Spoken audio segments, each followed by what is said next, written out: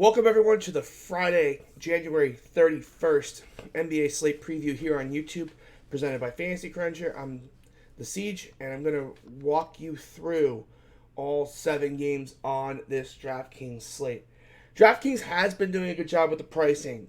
Today, not one of those days, so we'll kind of show you where all the value is and where you're all going to mostly end up. But I will cover every game, so let's do it. Toronto at Detroit. No change in the injury statuses here for Toronto or Detroit. That just means Andre Drummond, 9,300. Solid option with no Marc Gasol. That means Pascal Siakam, an 8K with no Marc Gasol. A good option, not great. Same with the rest of the Toronto guys. Ibaka, Lowry, Van Fleet. They're all solid. Nothing special standing out here. The big news really here for Detroit is that Sekou started and basically was cut out of the rotation for Christian Wood and Markieff Morris, who is a game-time decision. Should Markieff Morris miss, Christian Wood would be one of the top value plays on the slate. And honestly, regardless, I probably will have a bunch of Christian Wood. Beyond that, though, really nothing that stands out. So that's the biggest issue there for me.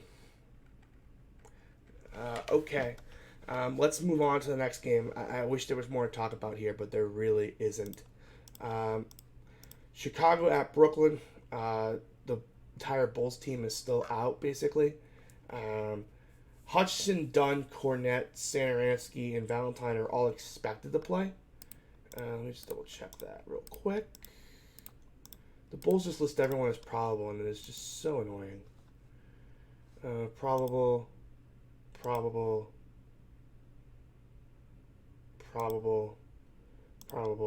and probable. Okay, good. So there's no change here for the Bulls status. The player that stands out for the most is Zach LaVine, 8,500. Going up against Brooklyn. Brooklyn concedes points to scoring guards in heaps and bounds, and I don't really expect that to change here. 8,500 for a guy that has been in the mid-30s for usage. Definitely a solid option. I also don't mind Chris Dunn. I mentioned him last time out. Just didn't get a lot of minutes, probably due to that quad strain. So I imagine the minutes will be back here. Denzel Valentine won't shoot that well again. So 5,100 for Chris Dunn in this good spot is probably too cheap. Don't mind Satoransky, 4,600, more the same. Probably still too cheap, although he probably got some extra minutes because of Chris Dunn. Denzel Valentine, just to show you, I don't think he's going to play many extra minutes. Who could get the extra minutes? Was it Hutchinson? Oh, Hutchinson was the one that got hot. Yeah, that's not going to happen most games. So I wouldn't freak out about the Chris Dunn minutes being reduced there. Thad Young, solid option. You know what you're going to kind of get. Don't really see the ceiling for him. Really isn't getting the double-digit rebounds. And if he's not going to get to those, that's just not going to really provide a ton of upside. For Brooklyn, Kyrie's an option. Didn't play well last game. First game back since the death of his friend Kobe Bryant.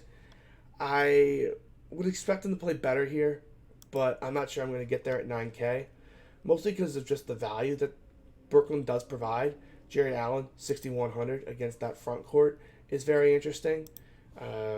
Taurean Prince, 5,200. I don't think he'll shoot as well as he did last game, but definitely still upside at that price against the Bulls. Joe Harris, 4,100. I think that provides a bunch of upside. He's got to make some shots. Just hasn't made a lot of shots recently, but that will change. So 4,100 for Joe Harris. Don't mind that. So this is definitely a game that provides some value. It's only a 223 total, and there definitely are some higher total games that we'll get to next. But I do think that it's definitely worth mentioning that these guys are some solid value plays and make for a nice contrarian game stack if you want to go in that direction. Just a reminder, if you haven't already, please subscribe and like to the video. It really does help us out over on our end. Greatly do appreciate that. All right, let's move on to the game with all the value. Dallas at Houston. Houston -9. Luka Doncic ruled out. Tim Hardaway Jr. is a game time decision. Let's pull up our friends over at Add More Funds here, because we got to see what goes on with Dallas in terms of usage when Luka Doncic is off the floor. So let's take Doncic off the floor. Let's put Porzingis on the floor. And we see the biggest point per minute guys are Kristaps Porzingis 1.3, JJ Barea and Boban under small minutes, DeLon Wright 1.22, Jalen Brunson 1.17, and actually we can take Powell off the floor too because he tore his Achilles. So again, Kristaps 1.3, DeLon 1.2, Brunson 1.17, and then everyone else is kind of just a solid value option at that point. So for me, I mean, if we look at this now, I mean, Kristaps Porzingis is only 6,800 as a guy who's going to play 30 minutes at 1.3. That's just fantastic value. He's one of the best options on the entire slate. The next question really with Dallas is where do the minutes go? Do they go to DeLon Wright? If they do, he's played some games with upper 20s, low 30s. I think he's a fantastic option at 5K. But they could go to Seth Curry. They could go to Jalen Brunson. They could go to JJ Barea. Where is JJ Barea? There he is, JJ Barea. So you just got to kind of see what they start with. He actually played a season high 23 minutes last game. He played, which was a couple games ago. So definitely have to consider all three of those guys. Definitely going to spend a bunch of time looking at those rotations. I think that's going to be kind of the deciding factor on who I play. If you're playing a bunch of teams, I would just recommend rotating 2 of those 3 in across your teams, or 2 of those 4. I think that would be a really smart idea. But this is definitely one of the higher total games, and Dallas is going to put up a ton of points. They're projected to put up 113. I think that's about right. So I would be pretty aggressive in getting some of these Dallas value plays into your lineups. James Harden's just been in a slump, and Westbrook's been hot. So, I mean, I know they're basically about the same price, and there's always merit to playing Harden, but he hasn't been low owned. He's still been pretty popular during this downswing. So I'm just going to keep riding Westbrook at this point until I see signs that either James Harden will be really low owned, at which point then I'll just hop on to Harden. But until that point, I'm just going to keep riding Westbrook. He's been fantastic, and don't really see that stopping here against Dallas without Luka. Capella 7,800 is pretty interesting. Been playing limited minutes though, so kind of got to see how many minutes he plays first before you can trust him. But it is a dream spot if he was to get the minutes. PJ Tucker, if he plays a bunch of center, is always going to be a good option. But again, if Capella's back, PJ Tucker won't play as much center. So you got to keep an eye out on that. I'm really only interested in PJ Tucker when he's playing center. Dorian Finney-Smith, I should have mentioned him on Dallas. He'll play big minutes, but he's just a low usage guy. Can definitely get you 30, kind of in that mix of guys that you should consider. Other than that, though, with Westbrook and Harden back, all this other Houston value really can't get to it. Eric Gordon's still too overpriced from that 51-point game. Going to take probably another week or so before he's back at what I would say reasonable price that you could afford. Okay, Memphis at the Pelicans. 241 total. This game is going to be played very fast. So the first things I want to note is that all the pricing on New Orleans feels right, other than the fact it's a massive pace-up game. So Zion's going to play 30 minutes moving forward, so we don't have to really worry about the minutes with him. Lonzo Ball hasn't really been as bad as you would think once everyone came back. He's had some ceiling games. A lot of that's been due to the high number of assists, but that's good. If he can find a way to be getting 10 to 14 assists a night, and then he can get you 11 to 15 points, that's a really strong play at 7K. Jrue Holiday, he's been doing a lot with the steals and the blocks, but without the ball in his hands as much, with the emergence of Lonzo Ball, isn't getting those 7+ assists every night. So he's definitely going to be a little more, have a little more variance in him. But he definitely does have upside against Memphis at this price, because the game is going to be super fast, so I don't mind him. Same with Brandon Ingram at 7,400. He's kind of struggled the most with everyone returning. But he still has upside in this spot. I think I would prefer Zion and Jrue to Ingram, but I would also suspect that Ingram's going to be the lowest owned to this bunch, so that's definitely an option. John Morant will be super popular here at 6,900. His minutes restriction that he was on the first half of the season has kind of just gone away, as they were going to do it the whole season, but then they are magically in playoff contention. So go ahead and play him at will here at 6,900. This is way too cheap, especially in a 241 total. Jonas 6,300. It really just depends on the minutes with him. You just don't know what you're going to get for the minutes. He's a double machine when he gets them. Against Zion and Favors, you would expect him to get the minutes, but it's definitely no guarantee. But he's definitely a value option. Dylan Brooks at 6K, I just can't really pay up here. Just not a ton of ceiling here for him at this price with everyone else healthy. He's going to shoot a bunch, but just doesn't do enough in the peripherals to pay off 6K. Back when he was 4,500, different story.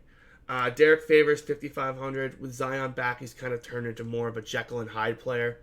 But I don't mind him. I don't mind having exposure to him, especially if, let's just say, it's a team that doesn't have Zion. I definitely think you could make that case.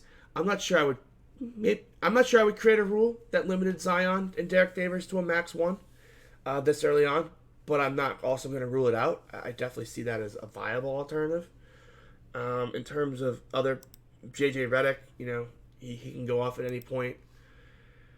And Josh Hart will play minutes, but he hasn't really been hot lately. Oh, he did have that nice game against Denver, but that was mostly a fluke rebound performance. So he's an option if you're looking for a punt. But again, with all the Dallas value, this is one of those slates where we're actually not looking for value as often.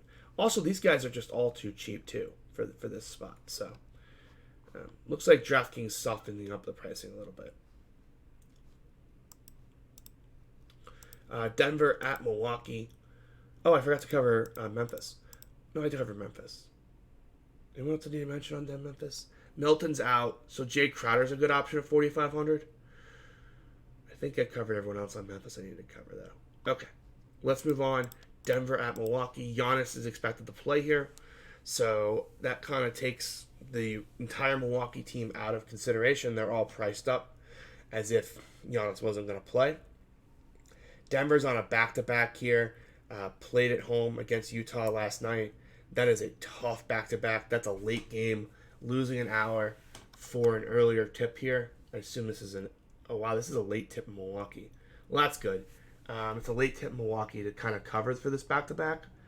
But still, I mean, that was a national 10 p.m. game, Eastern. So, I mean, they didn't leave Denver probably until 1 in the morning. Mountain time, which is 2 a.m. They probably didn't get into Milwaukee until about 4 or 5 in the morning. So this is a tough back-to-back for Denver. If Gary Harris is out, I don't mind playing some of the bench guys because I do think that this is a spot where they're likely to get blown out. So I don't mind going to a Malik Beasley, a PJ Dozier type punt. I do think they could get some minutes. But this to me is got blowout written all over it, to be honest. So I'm really not touching too much of this game. We've got value in other spots. I guess Jeremy Grant at 5,700 is really fair. Just given how Milwaukee's been so bad against those kind of guys that can shoot from the corner, from 3 as big guys. I guess I can see the ceiling here for Jeremy Grant, even a loss. So that's probably the one guy I've got interest in. Will Barton, too. I guess I could build a game stack here with Giannis if it stays close. I just really don't see this game staying close. So I guess I could build a hedge. Giannis, Barton, Grant stack. I guess that makes a lot of sense with the way the Denver pricing is down. But I think it's probably throwing money away. I don't think this game's going to be very competitive. Oklahoma City and Phoenix. Per usual, when Oklahoma City is healthy, there really isn't a play, although all the pricing is down. Really unfortunate. I was really enjoying the DraftKings sharp pricing. But, I mean, you could play some of these guys in the upper 6s, but when they're all healthy, you're really just playing Jekyll, and you're just really guessing, basically, between Gallinari, Schroeder, Shea Gilgeous-Alexander, and Chris Paul. There really isn't one that's going to just stand out over the others. They all kind of do the same things. So they do a nice job of it working on the floor from an NBA perspective. Just from a DFS perspective, it becomes very, very, very hard to do. For Phoenix, Ricky Rubio 59 stands out as too cheap. Tough matchup against Chris Paul, but 5,900 is probably just too cheap for him. Same with Steven Adams at 4,900. That's just too cheap. Don't mind any of these other guys, but like I'm not gonna believe in Dort. Like I know he's been playing big minutes, but I just don't believe that the shot's gonna be for real. So I'll just keep fading him. I think that's that. And then Mikal Bridges for Phoenix is the best option. Been playing upper 30s minutes. Started over Dario Saric. And I suspect that's going to continue moving forward. So until Mikal Bridges' price goes up, he's one of the best value options on the slate. Don't mind Oubre, don't mind Ayton, don't mind Booker, but they're not like desperate core plays. Mikal Bridges, I think, is one of my favorite plays in the entire slate here against the Thunder. Should be. He didn't even use the ball a lot, and he definitely will have higher usage in this moving forward, and he's still crushed. So I love Mikal Bridges at 4,200 today. 83 is perfectly fair and reasonable. Tougher matchup with Steven Adams, though, than against Dallas last time out. All right, last game, Portland at Lakers. I mean, acting like I know what the Lakers what they're going to do tonight in terms of motivation. You don't know. This is their first game since the death of Kobe Bryant. They haven't played since Sunday. No, I'm sorry. They played on Saturday. They haven't played since Saturday. So, I mean, who knows, right? Who knows?